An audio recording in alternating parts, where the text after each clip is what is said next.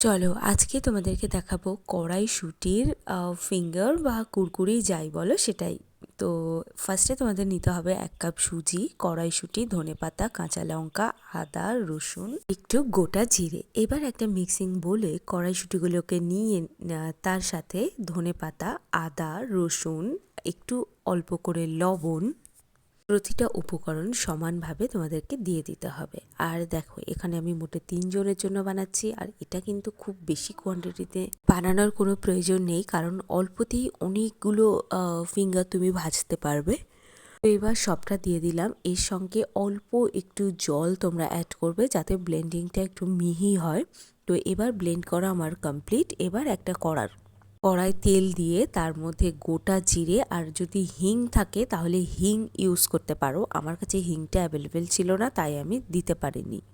দেওয়ার পর কড়াইশুঁটির যে পেস্টটা আমরা বানিয়ে নিয়েছিলাম সেটা এবার কড়ার মধ্যে দিয়ে দেবো। এটা জাস্ট ওই মিনিট 10-এর মধ্যে তৈরি হয়ে যাবে, আর এটা খুব সুন্দর হেলদি একটা রেসিপি। এবার কড়াইশুঁটির মধ্যে একটু অল্প লবণ দিয়ে দিলে, দেওয়ার পর ওই 1 কাপ সুজি দিয়ে দেবে। দেওয়ার পর এটাকে একটু ভালো করে মিক্স করার পর যাতে লাল কালারটা না আসে তার আগে অবধি একটু মিক্স করে নেবে। ভালো করে এটা মিক্স হয়ে যাওয়ার পর তোমাদেরকে এর সঙ্গে অ্যাড করতে হবে 1 কাপ পরিমাণ জল। পুরো জলটা তোমরা দিয়ে দেওয়ার পর ভালো করে সুজিটা এর সঙ্গে মিক্স করে নিতে হবে, যাতে কোনো লাম্পস না থাকে, এবং পুরো সুজিটা যেন একটু বেশি জল দেবে। আর এখানে মশলা বলতে আমি প্রথমে গরম মশলাটা অ্যাড করলাম, আর এই গরম মশলাটা দেওয়ার পর যখন সুজি জলটা পুরো টেনে নেবে তখন এটাকে নামিয়ে নিতে হবে। এবার এর মধ্যে অ্যাড করতে হবে একটা অর্ধেক কাটা লেবু, এবং তার সাথে অ্যাড করতে হবে একটা বয়েল আলু। তো এই আলুটা দিলে কিন্তু বাইন্ডিংটা ভালো হয়, এবং আলুর কোয়ান্টিটিটা একটু বেশি রাখবে। একটা বড় সাইজের আলু কিন্তু তোমরা এখানে ব্যবহার করতে পারো। এই মুহূর্তে একটু টেস্ট করে দেখে নেবে যে তোমাদের এখানে নুন টুনগুলো সব ঠিক আছে কিনা, যদি না থাকে তাহলে অ্যাড করতে পারো। আর এবার দেখো আমি তোমাদেরকে দিচ্ছি এখানে একটা চটপাটা ভাব আনার জন্য দিচ্ছি ম্যাগি মশালা। খুব ইজিলি তোমাদের পাড়ার মুদির দোকানগুলোতে অ্যাভেলেবেল পাবে। এটা 5 টাকা নেয় আই থিঙ্ক এই মশলাটা। তো এটা ভীষণ সুন্দর একটা মশলা, যে কোনো রেসিপিতে তোমরা এটা ব্যবহার করতে পারো।